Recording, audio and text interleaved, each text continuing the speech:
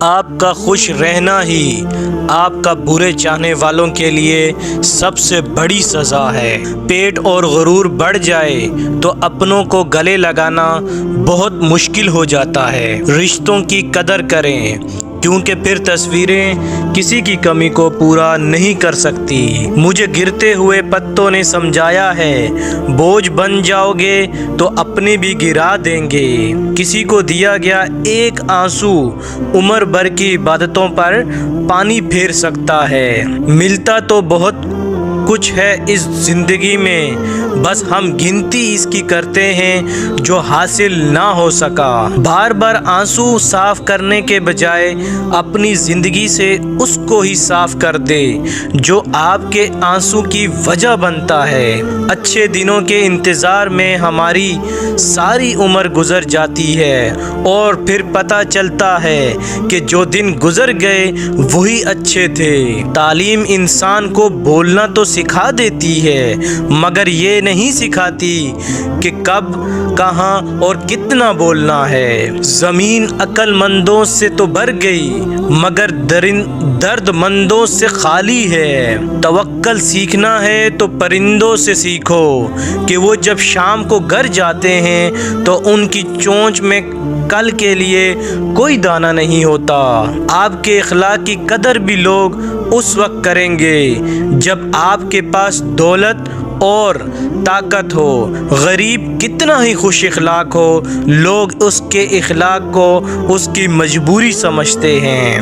اگر تم چاہتے ہو کہ تمہارا نام باقی رہے تو اولاد کو اچھے اخلاق سکھاؤ۔ اپنے سے بہتر حالت والے کو دیکھ کر اللہ سے شکوہ کرنے سے بہتر ہے کہ تم اپنے سے کمتر کو دیکھ کر اللہ کا شکر ادا کرو۔ شادی کا مطلب یہ نہیں ہوتا کہ ایک دوسرے کے بدن پر قابض جما لیا جائے، بلکہ اس کا مطلب یہ ہے کہ ایک کی کمی کو دوسرے سے پوری کرنے کا نام شادی ہے۔ زنانہ لباس میں دو باتوں کا خیال رکھو، نہ اس قدر باریک ہو کہ جسم کی جھلک نظر آئے اور نہ اس قدر تنگ ہو کہ بدن کی حیت ظاہر ہو۔ جو وقت کی قدر نہیں کرتا وقت اسے تباہ کر دیتا ہے۔